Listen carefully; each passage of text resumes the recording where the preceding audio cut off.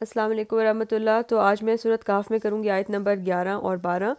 اعوذ باللہ من الشیطان الرجیم۔ آیت نمبر 11 ہے فَضَرَبْنَا عَلَىٰ آذَانِهِمْ فِي الْكَهْفِ سِنِينَ عَدَدًا۔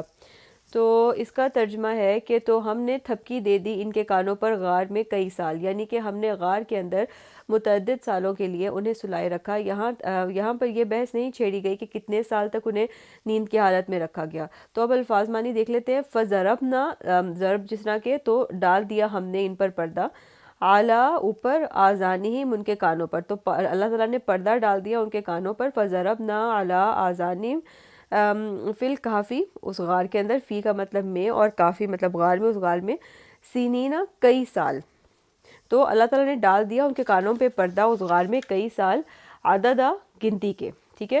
تو اس طرح سے اس کو آیت کو یاد کرنا بہت آسان ہو جائے گا۔ فَضَرَبْنَا، تو اللہ تعالیٰ نے ڈال دیا، عَلَىٰ آذَانِهِمْ، عَلَىٰ کا مطلب ہوتا ہے اوپر، آذانِهِمْ ان کے کانوں کے، تو فَضَرَبْنَا عَلَىٰ آذَانِهِمْ، تو ڈال دیا اللہ تعالیٰ نے پردہ ان کے کانوں پر، فی مطلب میں، الکہف یعنی کہ غار میں، تو فی الکہفی غار میں، سینینا کئی سال، عددہ گنتی کے، فَضَرَبْنَا عَلَىٰ آذَانِهِمْ فِي الْكَهْفِ سِنِينَ عَدَدًا۔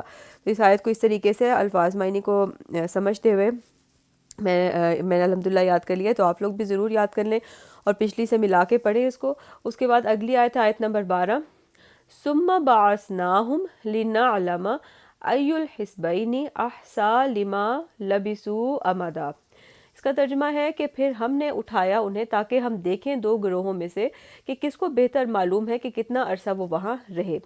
تو ثم اس کا مطلب ہوتا ہے پھر، اور یہ ہوتا ہے کہ یعنی کہ تھوڑے سے ٹائم کے بعد، جیسے فوراً بعد نہیں، ثم مطلب کہ پھر کچھ ٹائم کے بعد، جب بعثناہم اٹھایا ہم نے انہیں، ٹھیک ہے، نا ہوتا ہے ہم کے لیے، تو بعثناہم، ہم مطلب ان کو، تو ثم پھر بعثناہم اٹھایا ہم نے انہیں، لنعلم تاکہ ہم جان لیں، لنعلم ایو کون سا، الحزبینی دو گروہوں میں سے، ٹھیک ہے، احصا خوب گننے والا ہے، لما اس کو جو، لبسو وہ ٹھہرے رہے، امدا مدت، یعنی کہ ان دونوں گروہوں میں سے کون زیادہ بہتر طریقے سے یہ بات بتائے گا کہ وہ اس میں غار میں کتنا عرصہ تک ٹھہرے رہے۔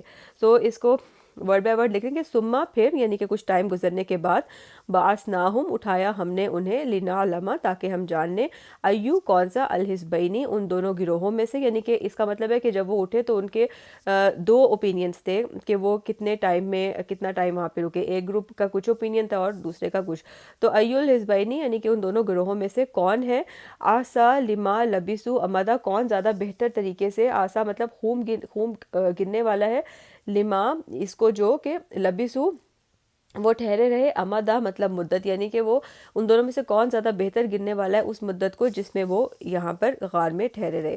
تو اسی طرح سے اس کے الفاظ معنی کو سمجھتے ہوئے اس آیت کو بھی یاد کر لیں۔ ثم بعثناہم لنعلم ایو الحزبین احصیٰ لما لبثوا امدا۔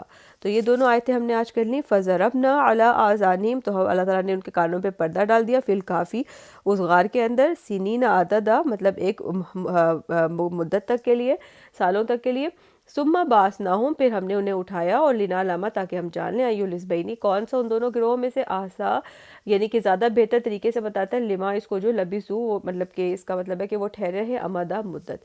تو ان دونوں آیتوں کو بھی ضرور آج ٹائم نکال کے یاد کر لیں، اور اس کو ان کو پچھلی آیتوں کے ساتھ ملا کے پڑھیں، تاکہ انشاءاللہ یہ 12 آیتیں اس کی آج یاد ہو جائیں۔ فی امان اللہ۔